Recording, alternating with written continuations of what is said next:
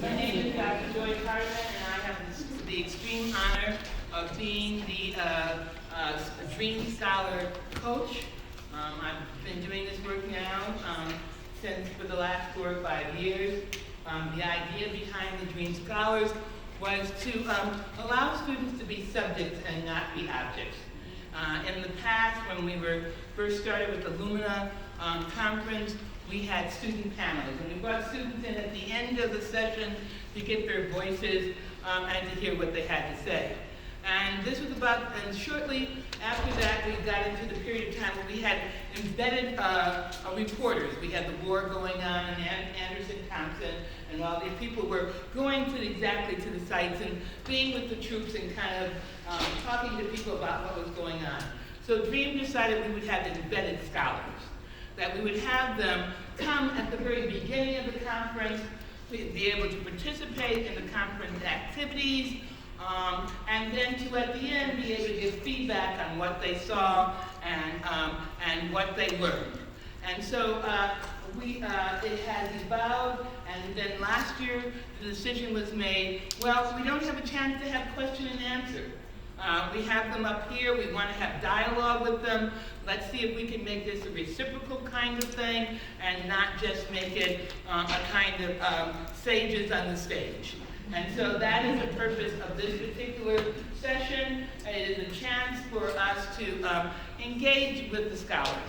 We want to begin by having them introduce themselves based in the context of their community college experience. So each scholar will introduce themselves, and then they will talk about very briefly a challenge that they had in their community college environment, how that challenge felt, and then what action did the community college take to help them meet that challenge, and what were the lessons learned and wisdom earned from the experience. After which we will throw it open for questions that we want you to feel free to ask them about their experiences, and they will respond in their authentic self. And so we will begin with that brief introduction, and I think it will be a very, very engaging experience. And so we will begin. All right, so Sarah, and we've got people spread all over, so you're going to have to try to, you're going to have to make sure you get off part of the audience.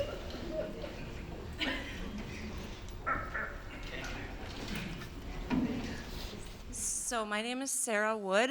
I am part of Muskegon Community College. One of the challenges I faced going back to school this time around, because this would be my fourth time going back to community college, was the first semester I started in 2017. I wasn't in a good place. I am bipolar type 1, and I also suffer from substance use disorder. I was not medicated, and I was trying to self-medicate. The first semester was extremely hard. I had to drop one of my classes due to my attendance, but my other professor was very caring and compassionate and said, you need to get into treatment, because I was honest with him. He was actually my psychology teacher, out of all things. So I ended up going into treatment, working with the MCC care team, and they really wanted to see me succeed, so they sent me my homework to the treatment center I was at. They also gave me extra time at the end of the semester to finish my last paper. I ended up completing that class with a B-, which was really good considering I had missed so much. I'm very thankful that since then I have made an honor roll 2 semesters in a row.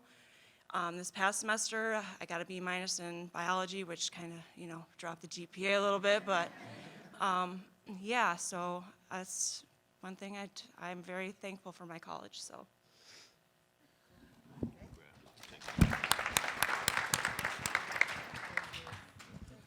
So my name is Andre Henderson.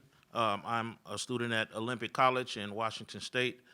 I'm a 40. At the time I was a 47-year-old return student coming back to school after 30 years since high school.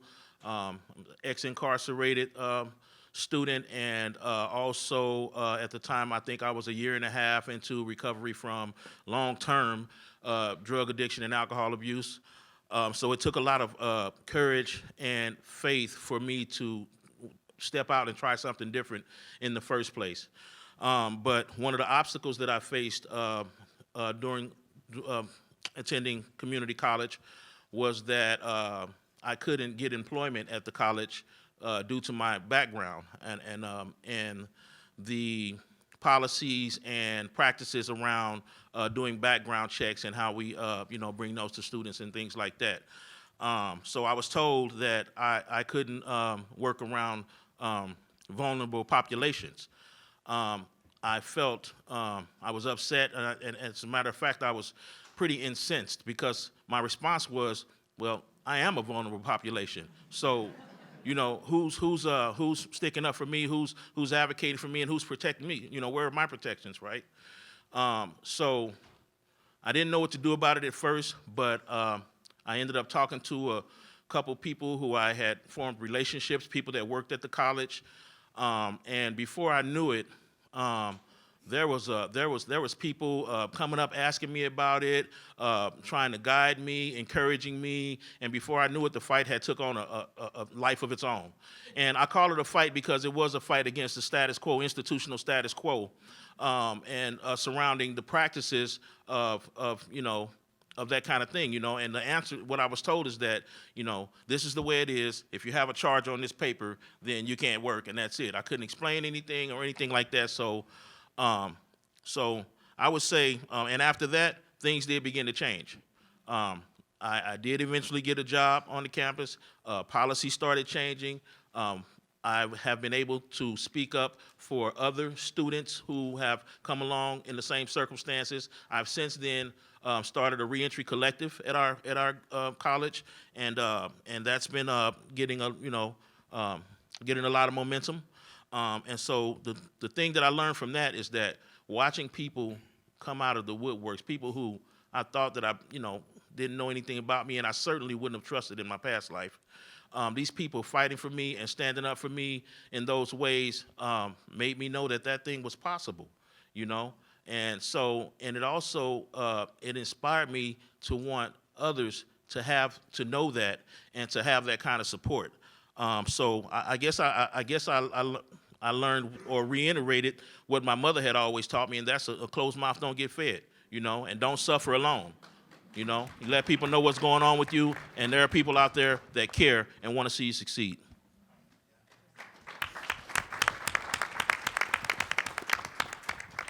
Hi, I'm Aileen Garcia. I'm from El Paso Community College at Texas. When I first got in college, I didn't want to be there. Like, my family kind of pushed me to be there. I was struggling with, I didn't know who I was at the time.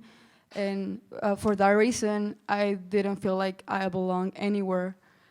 So I needed to take SOL courses because I graduated from high school in Mexico. So I needed to take that in order to start my college courses.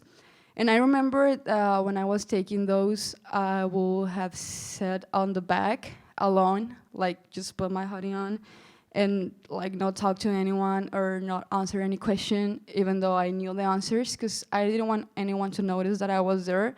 But for that same reason, people start to notice me, because everyone there is like, it's a community, and everyone is hanging out together and making friends and laughing and making jokes about everything. So when people notice me, they started to including me, to hang out with me, to eating lunch with me, to asking me questions about how was my day, what I wanted to be. And that was awesome, because you always going to be someone to talk about anything. And then when I started my English courses, that gave me the opportunity to express myself and to rediscover myself. I mean, my English teacher is amazing, and he gave me the opportunity to rediscover myself.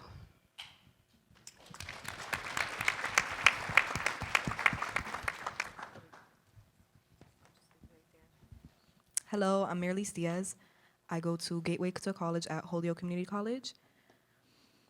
I was only there for 1 semester, but a challenge that I faced was knowing who to trust.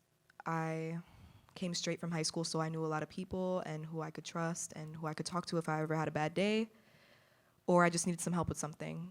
So it was pretty easy in the beginning, but then life started to get hard and I started to shut myself out from everyone, so professors and everything. So things would come up where I had to go to court and I would miss a couple days of school and my professors would just be like, hey, like, what are you doing? Are you skipping class? What's going on? And I just would be like, no, everything's fine, like, I'm good. And that would just pile up, missing work, missing work, missing work. Then my grades started to drop and I was like, oh, like, this needs to get fixed. So my professors connected with me more and I was able to open up with them little by little and they understood my situation and I decided to, open up a little bit more because it's okay to open up.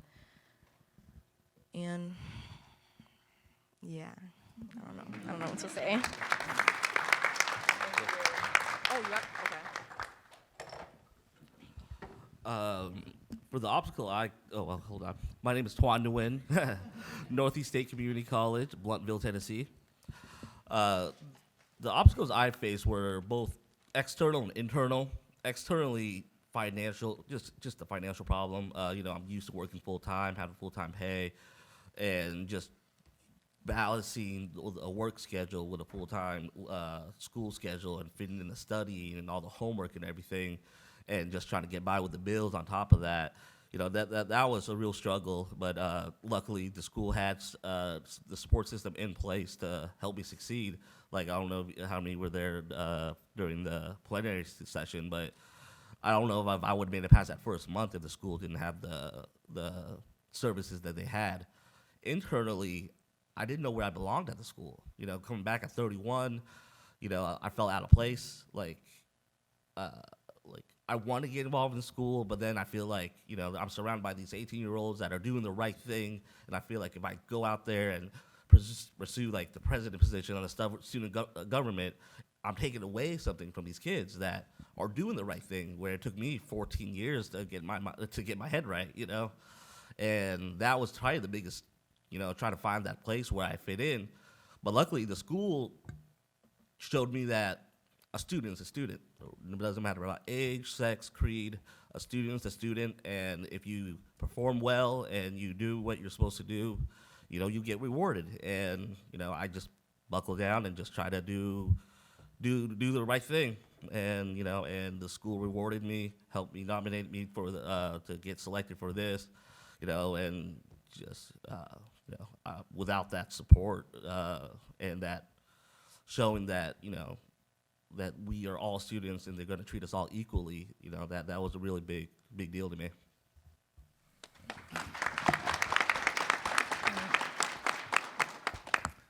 Hello, my name is Kendall Stevens, and I go to the Community College of Philadelphia.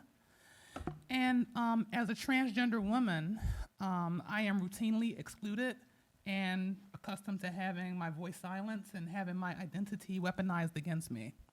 And those were the reasons why I dropped out of CCP the first time. And it was the second time it happened to me in such a dramatic way, in a traumatic way as well, because my parents had done the same thing. When I told them I was trans at 18, they unceremoniously tossed me out into the street, and I had to encounter chronic homelessness. So it was just very, very traumatizing. It took me 12 years to come back and feel brave enough to return back to CCP. And when I came back the second time, although I still saw some similar relics of the past, of the hostile attitudes, I also saw spirits of affirmation. There was a gender non-confirming mascot that we have. I'm like, oh, that's wonderful. So now we can teach people to not assume other people's pronouns. This is wonderful. And I said to myself, I want to help interrupt the pattern of this school's initiative and dedication to break up this exclusion that is happening on campus. So I'm like, I have all these ideas, and I'm going around talking to my professors. How can I do this? How can I do that? And I wasn't getting anywhere. I said, you know what? I know what to do. Start from the top down. Talk to the president. I said, all right, Dr. Generals, how you doing? My name is Kendall, and this is what I would like to see happen.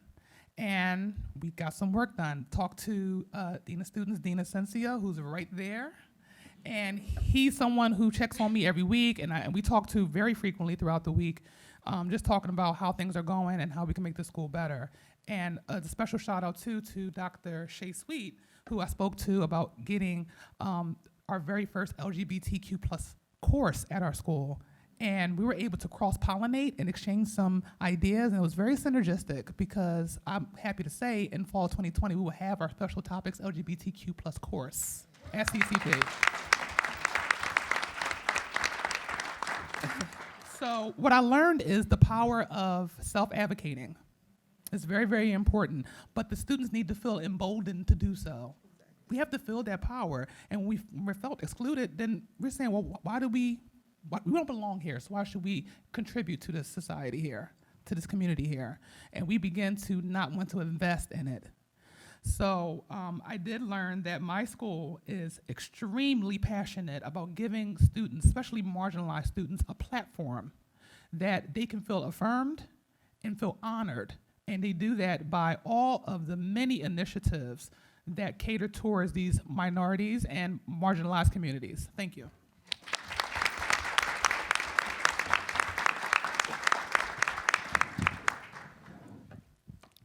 So my name is Miguel Lopez, and I'm from Lee College. A challenge that I faced going into college was feeling like I didn't have a voice. And I said this in the morning that I had a third grade teacher who told me in elementary school that I couldn't speak my native language. And it was phrases like this from K through 12 that really made me lose my voice. It led to anxiety, depression, and sometimes even thoughts of suicide. However, it was in community college where I really began to embrace that voice through clubs like Model United Nations and debate.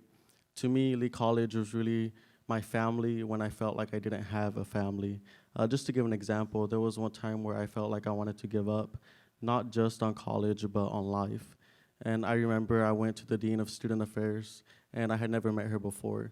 I went in and I sat down and I began to cry for 1 hour. And this was the first time that I had cried in front of somebody in a very long time. And she sat there across from me for 1 hour and waited till I finished before she began to talk to me. And until this day, me and that dean still speak. She checks up on me. She'll send me a message every now and then just to make sure I'm doing okay. And so that's what really changed my experience.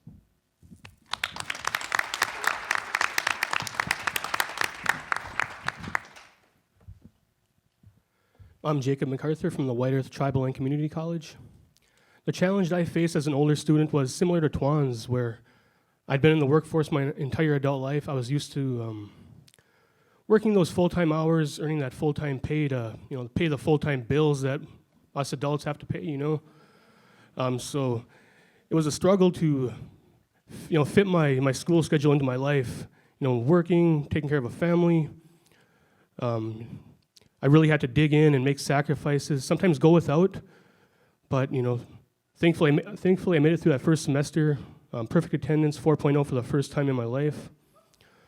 Another thing I'm thankful for was our school president instituted some changes, offering more evening classes, more online classes, and hybrid classes where they had traditional classes with an online option, which really made it convenient for me to fit that school schedule into my life. So after that first tough semester, I feel like I've been running downhill ever since, and it's just gotten easier. So those are some real big changes that I appreciated.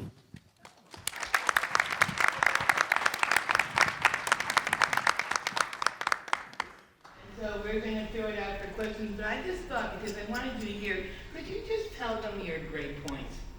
All right, Jacob, you started, so can you repeat again? What's your grade point? Through 3 full-time semesters, 4.0. Woo!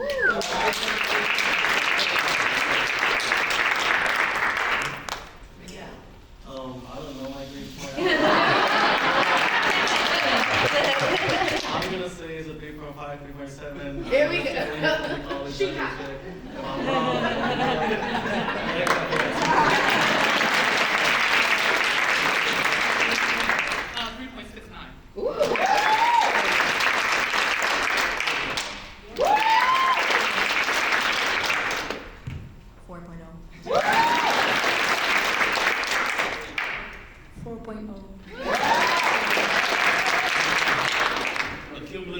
Cumulative over 2.5 years, 3.86.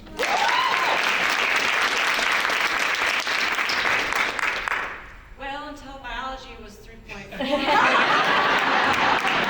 Now it's 3.23.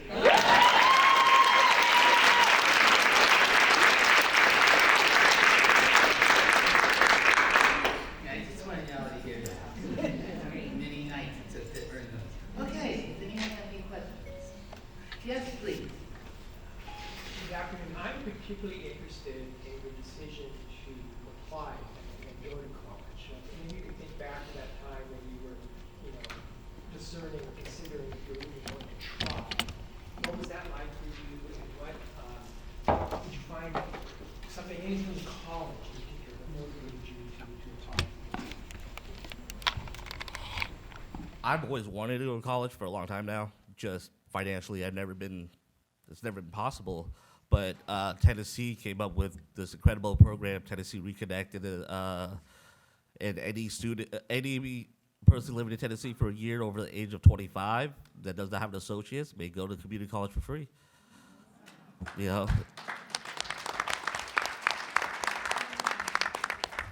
And as soon as I heard that, I was like, where do I sign up?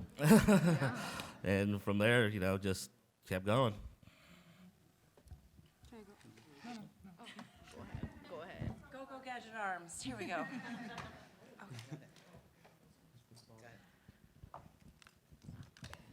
After suffering from what I've gone through with my bipolar disorder and my substance use disorder, wanting to help other people like me, it really motivated me to go back to school, get my degree, and I have a dream of opening up a treatment center for women and their children so they can go to a safe place and CPS can not take children away from their parents. Can I answer? Anybody else? I'd like to answer. Okay. Oh, and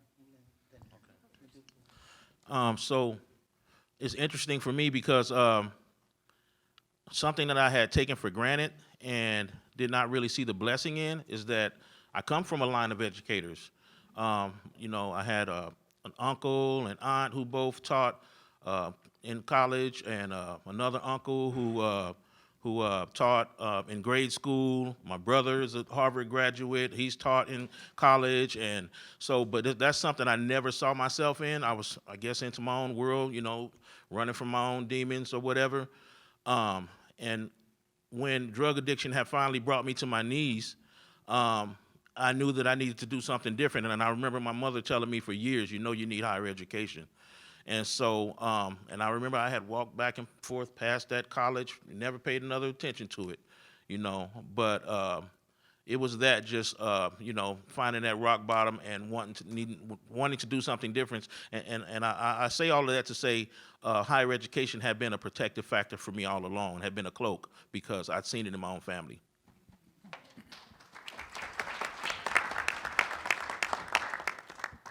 Like I said before, I didn't want to go to college at first because, well, I didn't know what I wanted to study and a lot of different things. And then higher education is a lot more expensive here in the United States than in Mexico. But the opportunities to succeed here are greater than in Mexico. And once I decided to stay in college, I did it because, when I wasn't studying, my own thoughts were destroying me. I was in a very dark place. And when I got out of there, I decided that I needed to be there for other people that are in the same place as me. And I want to help people that don't have the resources, but have they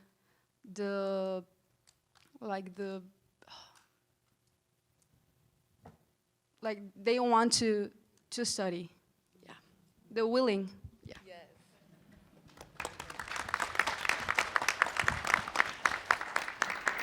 Can anybody perhaps tell him anything specific that your college may have done? The brochure looked really good. There was, they were offering something or other, something that the college was doing that helped you when you made those decisions to enter?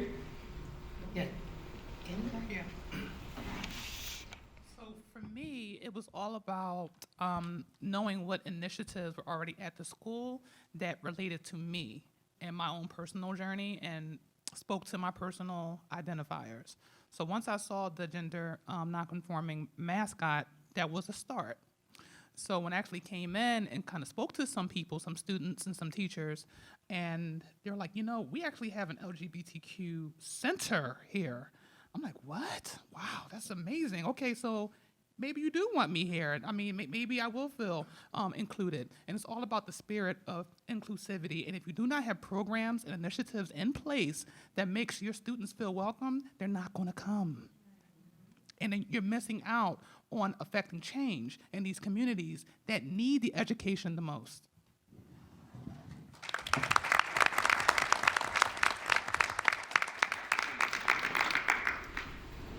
Okay, does someone else? Yes, please. I have a question. Some of you mentioned that you started and then left and came back. For all of us, I would feel free to speak for all of us here. When we're working with students, we know a lot of students stop out, and we know that some might be in situations where they want to come back, but they don't know how to come back. Maybe they don't have the support system to telling them to go back. What are the things that you can give us any advice? How can we go about reaching out to students who have stopped out of our colleges, who might be interested in coming back? What would be something that from your personal experience, or maybe people that you know, have made them feel like, yes, how can we outreach? What messages do you think would be helpful? Because it's not for everybody. But my passion always lies for the folks that they want to do it, but they're made to feel like they can do it. And sometimes it takes us reaching out to say, we still want you to come back. But what messages do you think will be helpful? I really want to take this first, please. I think acknowledging the barriers that are in place that are keeping the students from coming is something that we have to put in the forefront. For me, one of the major things besides the hostile environment that I perceived was still there was when I left unexpectedly, I had a balance of $1,300, and I'm broke. Okay, so I mean, I immediately went to the dean of students, Dean Asensio, and I told him, I said, listen, you know the circumstances of why I left. I want to come back. I had to rob Peter to pay Paul to come back to school because just to register, you have to clear that balance. And it was not easy to get that money up. I was just that determined. And he said, you know what? No. There's something in place. We can give you that money back. Let me help you. And we went through the process, and I got my money back. But it would have been nice to not even have that there to begin with, like some special circumstances in place to say, hey, listen, we know the circumstances that kept you from coming. Let's talk about how we can prevent that from happening again. Let's wipe the debt. Let's do something to help you. Otherwise, people will say, you know what, I owe this community college $2,000 or $3,000, or sometimes it's $100, and they can't afford it. And that's keeping a student from continuing their educational journey. And that's anathema to me.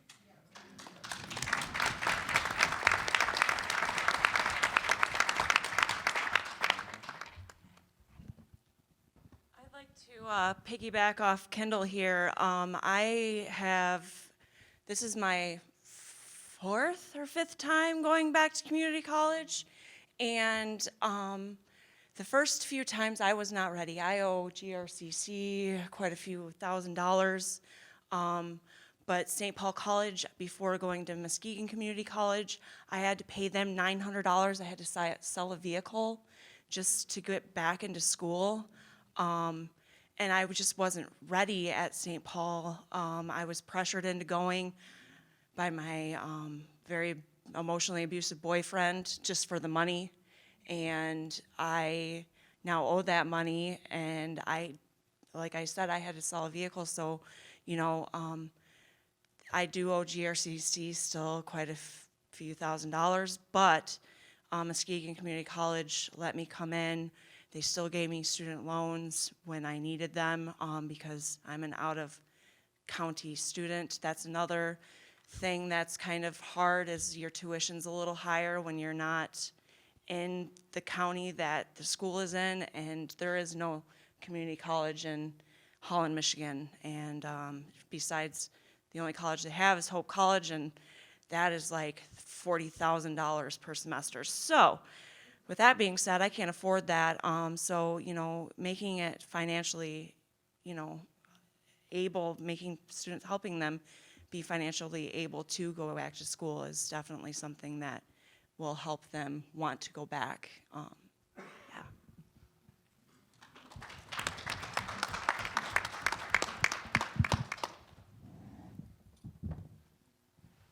Well, just drawing off my own experience, I think letting students know if you have a student-friendly schedule, like I mentioned earlier with the online options, evening classes, hybrid classes, let the students know. I mean, really push that schedule. Let them know that it'll be, it could be easy to, fit school into their lives. Because I could really see how, and I do see how students who are in my situation don't bother at all, or once they face a little adversity trying to make that schedule work, they drop out because it's just easier to concentrate on, work and family instead of try to fit in that extra school on top of it.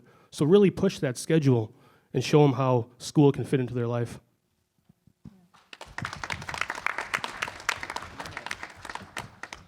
I want to add to that just real quick. So I never left college and then came back, but I think that it's very important to just create a friendly environment, a welcoming and inviting place for students to want to go to. I'm going to talk bad about my college for a little bit, but I had a friend who was incarcerated, and he wanted to go to college. So I encouraged him to go to Lee College. I told him I had been going there, and I told him about all the opportunities that they gave me and that they would be able to help him. So he went, and then he went to the financial aid office, and he had a horrible experience there. They were rude, they were very unwelcoming, and so he left, and he contacted me back and said, yeah, he's not going to college. And that was because of that one bad experience. And so I feel that it's very imperative that colleges provide a very welcoming place for students to go to.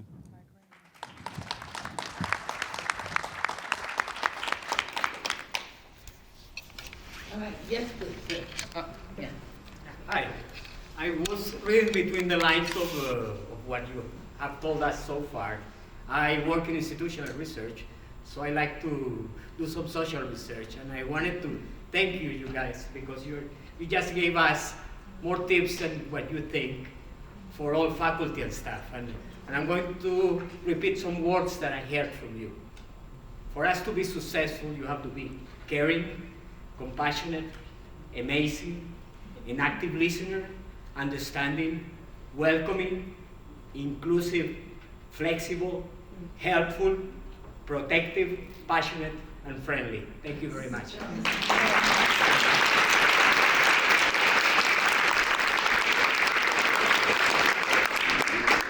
Excellent, thank you. Thank you for sharing that. All right, some other questions. Yes, please, ma'am. So when you all obviously have struggled through a lot of challenges that may not be normal for a lot of students, or whatever is normal, but when the going gets really tough for you all, what phrases or mantras do you all use to kind of put some pep back in your step? Can you repeat the question, please? Because I didn't understand. Yes. So when things get particularly tough for you right now with school, how do you motivate yourself to keep going? So are there any phrases that you tell yourself, any mantras that you use, any quotes that you really like that kind of motivate you to get everything back on a track? I'm kind of an eternal optimist kind of person, so it's just tomorrow will be better. Today sucks. Yesterday could have been bad, but tomorrow can be better. And if you live with a positive outlook of the future, it will carry you through. I'll take the mic. That's easier. Okay. So whenever something goes wrong in my life, I allow myself to have one bad day throughout my week. I care a lot about my mental health, and I don't want to drag that out through the week and be depressed and fall back into depression and whatever. So I allow myself to have one bad day. I'll cry for the whole day, and then I'll just get over it. You know, you have to keep going. You can't allow yourself to be down. You know, things happen regardless of what. So you have to keep pushing yourself and get whatever help that you need. Seriously, because people try to downplay themselves like, oh, I don't need this because then I'll be this. I don't need this because then I'll be this. Like, no. If you need help, go get that, because supporting yourself is really hard. Sometimes you need that little push, and some people don't have people to push them. Thankfully, I have my mother, but sometimes I need a little bit more than that. So, yeah. Can I go? Yeah, thank you. Whenever I feel like I want to quit, just remember my mom. Like, even though she didn't win the fight against cancer, she fought until her last breath, and that it's really empowering to myself. And then I have my brothers, and I mean, when I feel bad, I just remember to myself that it's okay to feel, bad, and that it's okay to suffer in some way, but like you need to keep going, because like your life is going, you need to keep going, and there's the family, your friends, you need to support them as well.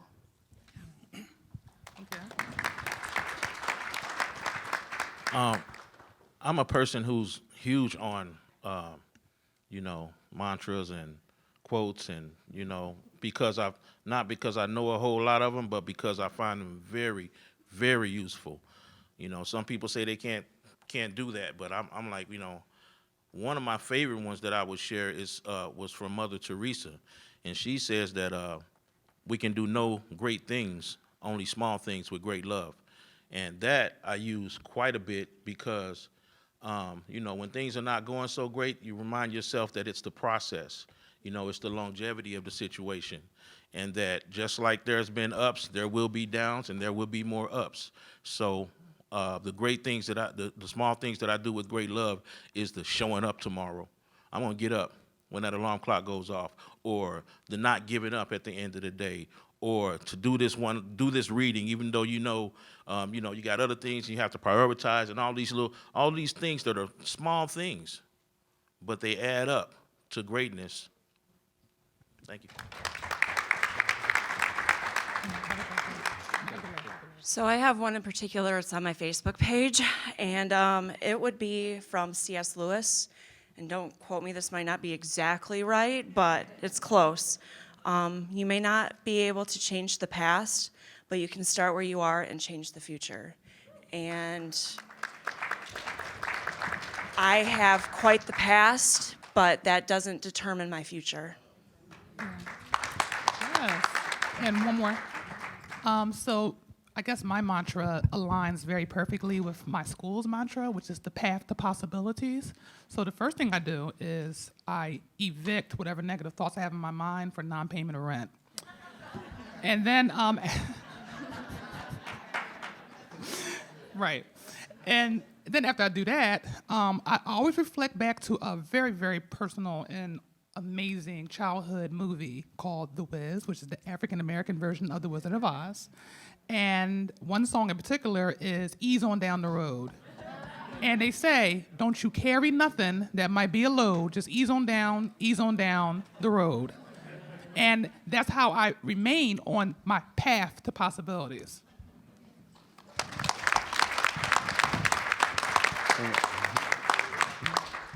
So I think something that I tell myself often is that the greater the adversity is, the greater the success will be. You know, I went from being a 7th grader crossing the Mexican border every day to come to school here to today speaking in front of 2,000 people. So that speaking in front of 2,000 people was a success, and it was greater than that adversity. And so that's what I tell myself often.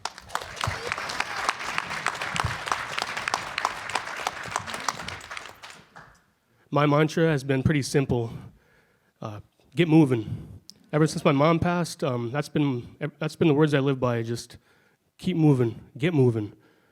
You know, when I feel those hard days where her death is weighing upon me, you know, I can't lay in bed. You know, my son needs me. I got to be at work. I got to be at school. Get moving. have a hard day at work, don't want to go in the next day, I still got to build my resume, I still got to make that money, get moving. Homework's taking all day, stressing me out, but it's going to pay off in the end, so get moving.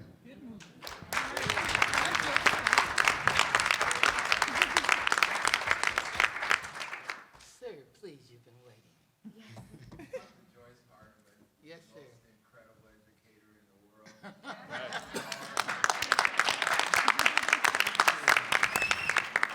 Thank you, sir. Last time I attended school was with Evergreen, and I still remember the license. Thank you. My question is this. Now that you're going back to school, how easy is it to determine what career you want to succeed in?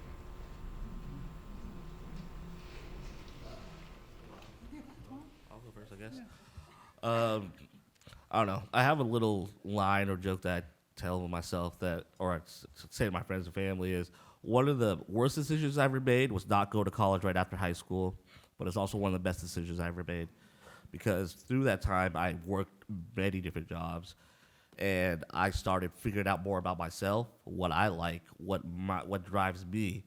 And from there, I'm able to actually, once I'm in school now, I know, not exactly, but I know where I want to focus and where I want to go towards. Where at 18, if you would ask me the same question, I'd been like, I don't know, I want to be rich, but now I've learned that money really doesn't matter that much. There's that corny line that money does create a happiness, but if you find something that you love to do, it doesn't matter if you do it for free or for $1 million, you'll still love your life.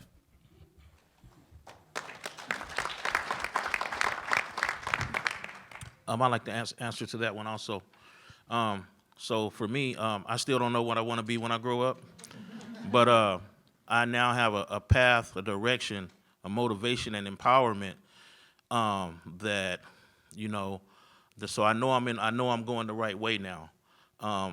So school for me has been about finding myself, finding my voice. Is what my mother had been telling me all those years. You need higher education. I didn't get it. She told me since I was a kid, education is the key. I was like, yeah, that's for y'all, not for me though.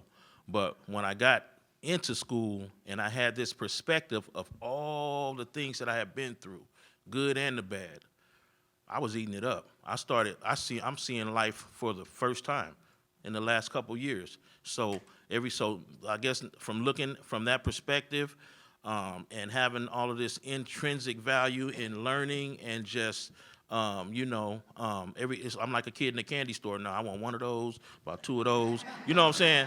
But it's building and it's molding, and I'm actually building a framework, and I'm pretty close to knowing exactly what my passion is. So that's all I have to say about that. I have such a big dream, and there's so many aspects and that go into my dream of building a nonprofit long-term treatment center for women that I want to get my degree in social work, but I also need to know business, how to operate a nonprofit. So I think I'm going to be in school till I'm like 90. But no, I really need to network with people and get people to help me on different aspects of my dream to make it come true.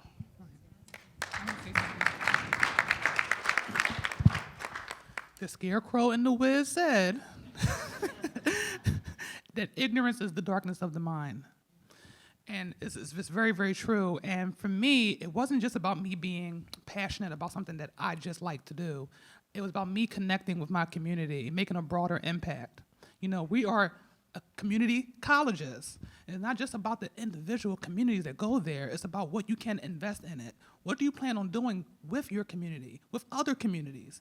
And once I had that passion, I knew there was no turning back. I knew exactly what I wanted to do. I wanted to help others because there was others who helped me. When the chips were down, when I was at my lowest point, it was the community that brought me back up again, that resurrected me. And that's what I want to do for others, and I'm doing it already on campus and beyond campus. So me matriculating into a 4-year, I'm going to echo the same success wherever I go, and just keep on building until people say, you know what, we can copy this at our school because it's working here. Look at what she did at this school. It can happen here with a little bit of dedication and drawing out the passion in our students. Because, and by the way, that's the secret to raising the retention levels at your school. I'm telling you all, just don't tell anyone. Find out what your students are very passionate about, draw that out of them, and you connect that with the courses and initiatives and services that are on campus. You do that, people will want to stay because now they feel like they're part of the community at community college.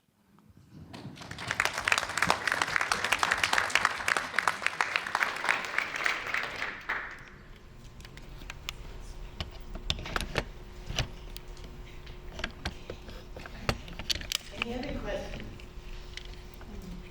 Yes, please. Okay. Well, I would like to say, my name is Chris Brown. I just started working at community colleges, and I've been working at universities for the last 5 years. You all are some of the most amazing students I've ever seen.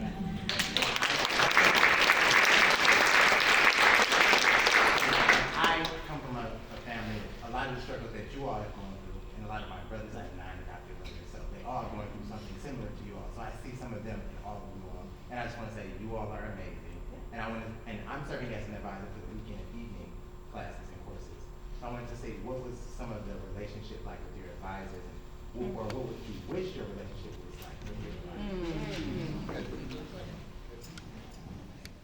advisors? So I think that is very important to build a relationship with your advisor from the beginning of your time at the community college to the end. During my time at Lee College, I hopped from advisor to advisor until I finally had a specific advisor from the TRIO program. And it's different whenever you have a set advisor versus whenever you're hopping through them. Because whenever you're hopping through them, you just have that advisor telling you what classes you're going to take for that semester or for that year. Whereas whenever you have a dedicated advisor that knows you by name, that knows what you want to do, they really help you even after you graduate from that college. And so I think it's very important to establish a relationship.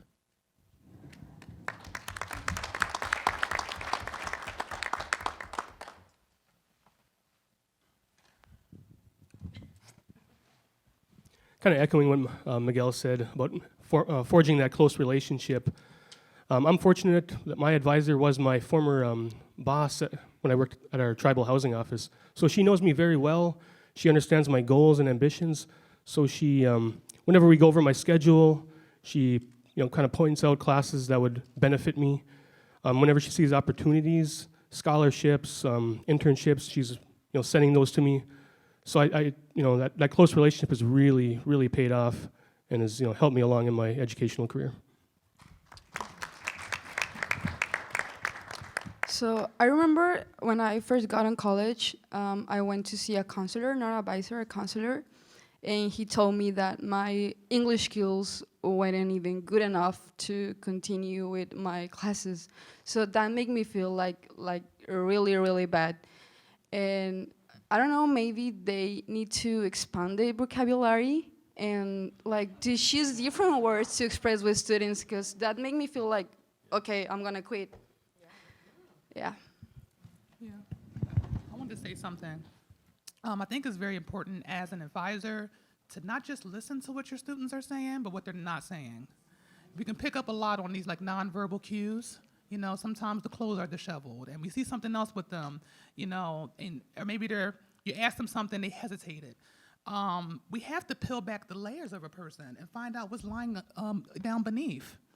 And that's a lot of problem. We were talking in another panel about offering 24/7 tutoring and kind of destigmatizing the concept, the ideology of tutoring among students. And that's very important because a lot of students aren't going to say, you know what, I feel inept. I feel like I might need some more help in this area. And you have to take a multicultural perspective to that, because there are some cultures who are not going to just come to you and say, I suck at math. So I think an advisor taking that vested interest to really say, you know what, let me really get to know who this person is. Let me just take a little bit more time to really build that bond with that person, build rapport we can do that. I believe that we can crack that nut. And a lot of students who have this hard exterior that they don't want you to get in, but if you're good at what you do and you really care, students know.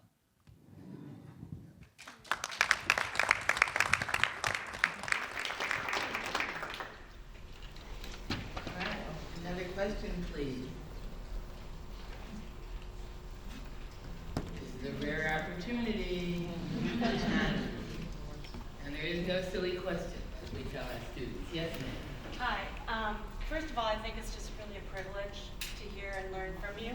And I think that your voices and voices like our students all over the nation need to be heard in lots of different ways, because I think that's the only way we're going to come together. So I think also we learn like our self-advocacy skills from lots of different places. I think parents are important, families important, peers. But what is it specifically are the factors in your community college experience that contributed to your skills in self-advocacy?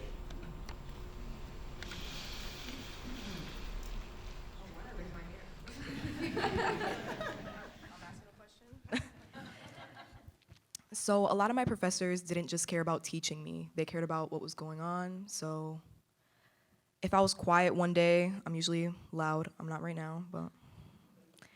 So I'm always talking, and one day she pulled me aside after class and she was like, hey, what's going on? Like, what's going on? How are you? Like, you're not speaking to me. You're not speaking at all. So I think we need to focus. Like, that really made a difference. Like, she cared, so that opened my eyes. Like, wow, someone noticed. So I think that's something that needs to get light shined on. Have a balance. You need to teach the students, of course, but pay attention. If something's off, it's off, trust me.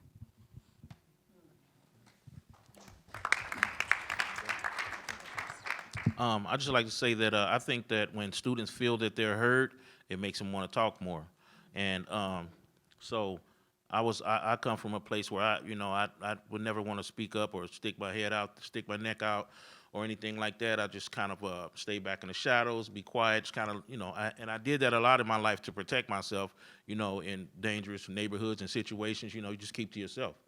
But so that became me. I think the teachers at my institution, a lot of them are very intentional and on purpose about making sure that students are heard. And I put myself to the test. I said I want to try to start speaking up. I want to at least say something. But the feedback that I got was that, man, your words are so welcome, or I was encouraged to keep doing that.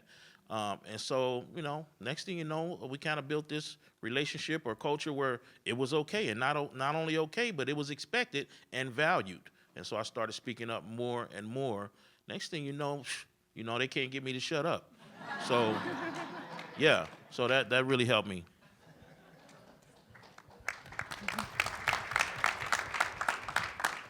So I told you about my first semester. Well, this past semester, this fall semester, was particularly hard, not just because of biology, but I changed my medications, my bipolar meds, and my mental health took a dive. And there is a disability team that I work very closely with at MCC they're amazing. And they're like, well, if you need an excused absence, we understand. I had 3 friends pass away from opiate overdose that semester, which was particularly hard. And they're very understanding, and they really wrapped themselves around me and made sure that I succeeded this past semester as well. So,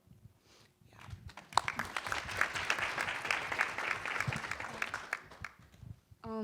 I agree with Miley's that professors need to pay attention about the signals we make as students, but also having professors that love what they do and demonstrate passion every day in the classroom also gives us inspiration to continue with the students and to say, oh, I want to be like him or like her when I get my bachelor's. Yeah. Okay.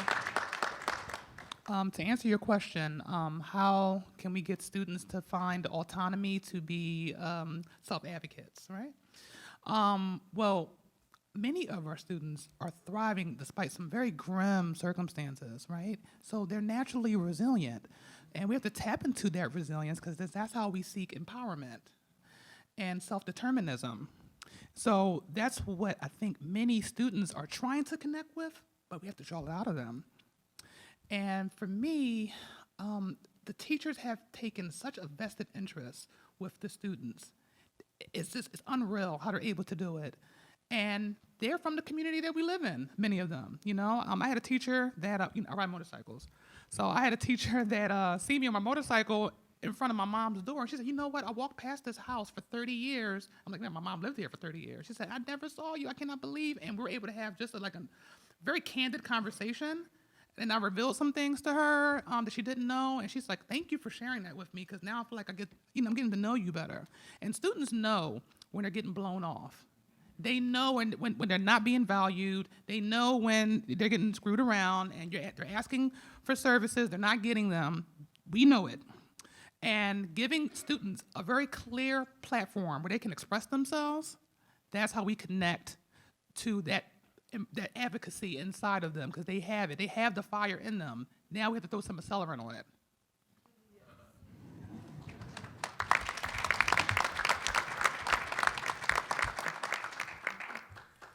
I think what a community college can do to get any student to be self-advocate, because every student has an opinion, is truly care and listen. You know, like what Kendall said, a student knows when you're blowing them off when you're saying, you know, this is my concern. You're like, yeah, I'll talk to the vice president about that. You know, they know that you're just BSing them, and then they realize, so I'm going to bring this issue up and they're going to blow it off like that. Why should I keep advocating? Like, you know, what's the point? You know, that's the best thing to do, is just show that you truly care. Like at Northeast, they do a great job of that. Actually, Tuesday we have a student-only town hall that we're doing, and any student that has any complaints, any problems, anything, could come and address it, and we will write down all the entire list of grievances, put it up in type it up into something, you know, some kind of report, and give it to the president of the college and say, this is what your students are facing, and these are their issues. You know, and when you show that you care, you know, it really affects. You know, you don't know how much it affects a person when they know that as much as they advocate for themselves, you're going to help advocate for them also.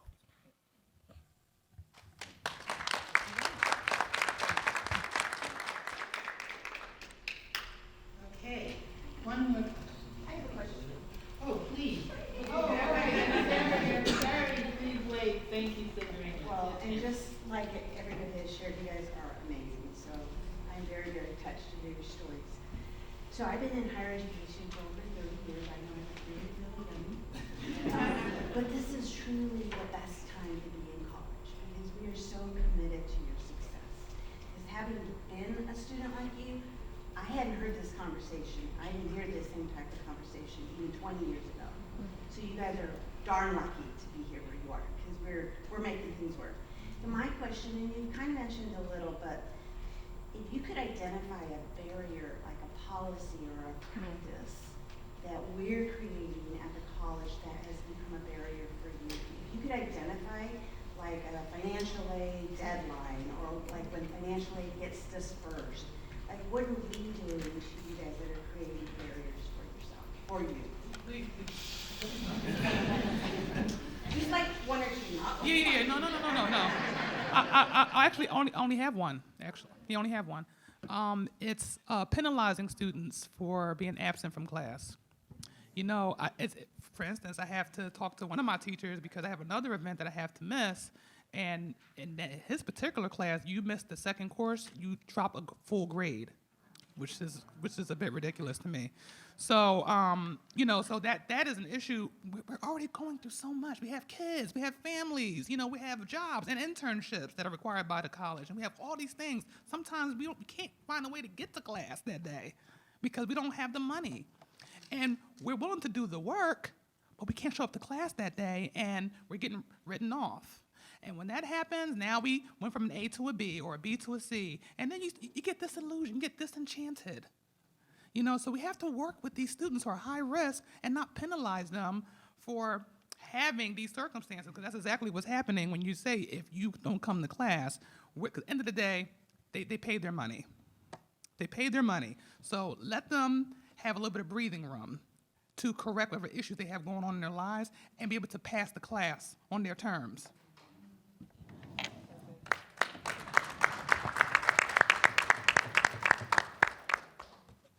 Just to piggyback off of what Kendall said, I think it's really important to acknowledge that students have a lot of different roles. They're not just students. They could be a mom, a dad, they could be going through something themselves. And so I think it's really important to acknowledge those roles.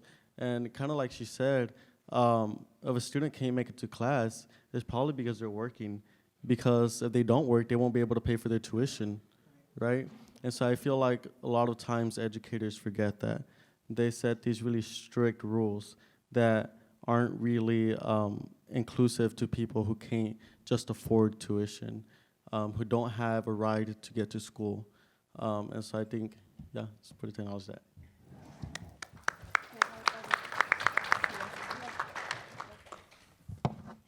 So this is not a personal issue because I don't have any kids or anything yet, but one thing I do witness a lot is people, for parents that coming back that have kids, a lot of times, like something simple as spring break does not line up. The college spring break is this week, the K through 12 spring break is this week, and now when there's nobody to watch their kids during that spring break, they're gonna have to miss class for that, and we gotta be able to work something out where, for these parents that, a lot of some of these schools have, rules where no minors are allowed on campus, and things like that. Where what can they do about the situation where that's really the biggest thing. It's just about the viewing some of these, because I have a lot of friends at the school that are parents, and they're like, all right, I have to miss all next week because of spring break or midwinter break or or whatever kind of thing like that, or teacher in service day, a random Monday that the school district closes.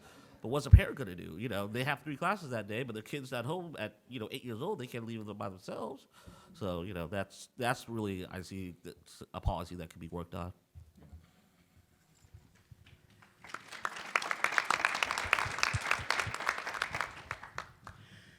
I have 24 credits so far, and I'm already $30,000 in debt.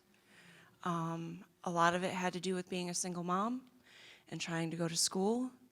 And there are scholarships out there, but I just feel like the schools could be a little bit more, kind of helpful, because a lot of those are they're fake, or they're not real, the ones you see on the internet. I believe that we're lowering tuition rates a little bit for out-of-county students because, some students, it's really hard for us to get there, and then we owe all this money and we have to have it. There's been times my car broke down, and that's exactly where my my financial aid went to. So I just think making the tuition rates a little bit lower, so my Pell Grant can cover the whole thing, that would be nice.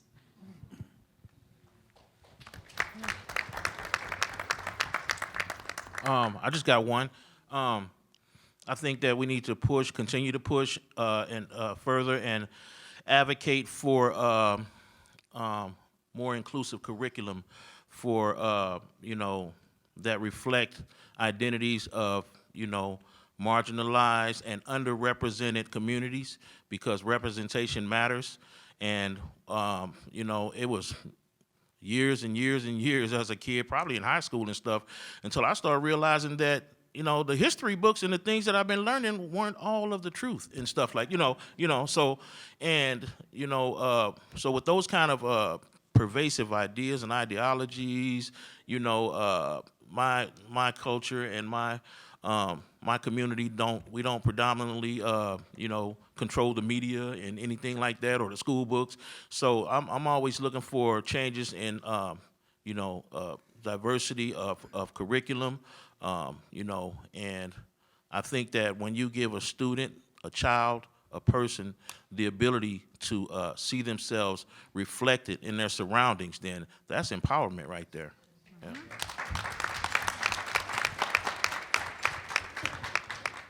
Okay, so I live in the border, and many of the students, if not most of the students, there cross every day. And if you don't have a car, you're going to stay in line for at least 2 hours of more. And one of the things that are like keeping us down, it's like on my campus, we don't have like any comfy seats or anything like that. So it creates difficulty because sometimes we have like 3 hours and we just want to rest and we don't have where to rest. So it also creates anxiety and stress and more stress not to have like just a place to sit and relax yourself for a little bit.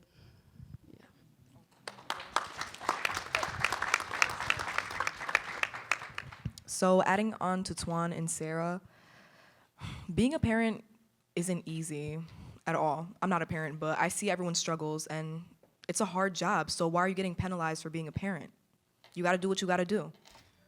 But I don't know about any other community colleges, but my community college has a daycare on campus. And I've seen so many people's lives gotten way easier. They're like, oh, I'm getting out of class, I'm just gonna go see my baby. And I'm like, where? And they're like, oh, the daycare that we have. And I'm like, what? Like, I feel like that should be in more schools because it needs to be. The student can go to their class perfectly fine, knowing that their kid is safe, like, 300 feet away from them? It's amazing. Like, there should be more programs like this because it just helps so much. There's no excuse at that point because you have care for your child. Oh, I forgot. Like, well, I don't know if there is anything like that on my college, but I think that every college should have like a safe place where everyone can share their own experiences, their own thoughts, and communicate with other students to help us as a student, as a community, and to liberate our feelings.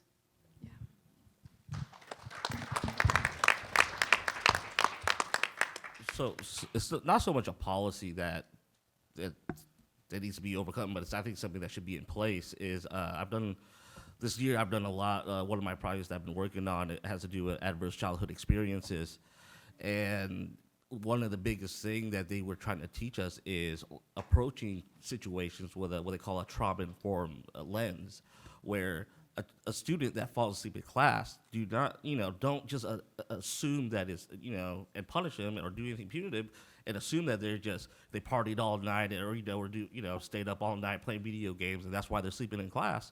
Approach them, like, ask them, why are you falling asleep in class? Is it, they couldn't come out and they say, I got kicked out last night and I didn't have anywhere to stay and I slept in my car. It could be something like that. And I think what it is just we need to start approaching the students, and ask them, what is wrong, instead of just always assuming the worst and thinking that it's, some bad decision instead of, something that could be maybe that we could help them with.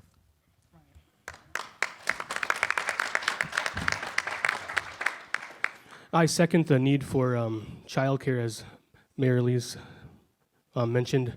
Fortunately for my school, we don't have our own daycare, but unfortunately, our tribe has a tribally owned daycare across the parking lot, so it's a very convenient location, and that has removed a huge barrier for a lot of our parents to getting back into school and making a better future for their children.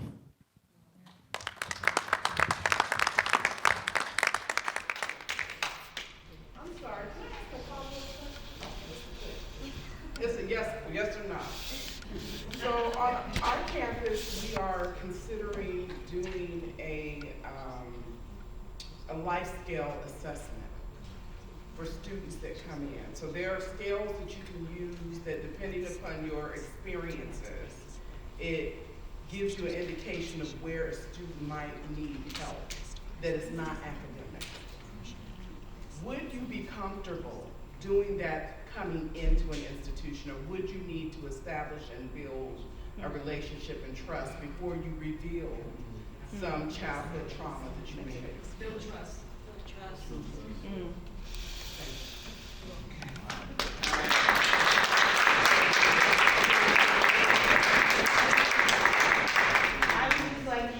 by doing two things. One, I need to do an advertisement, and I want to advertise for Dream Scholars. These students were selected out of applications that went out to all of the members of the Dream family. I would really encourage you, when that invitation goes out next year, is to find a student and nominate that student for a Dream Scholar. It's an incredible experience for the student, but also they're going to be going back to their campus with ideas and enthusiasm that can be very, very contagious throughout. So be aware of that application. Fill it out, send to students. The second thing I want to say is these students are exceptional, but they are also representative. Yes, they are. All right? On the first draft of Kendall's I Am From Pullman, I think there's lots of drafts. Do it again. But on her first draft, she used an extended metaphor from Tupac's lyric about roses that grow from cement. And I want to say to you that on your campus, there are many roses that are beneath the cement.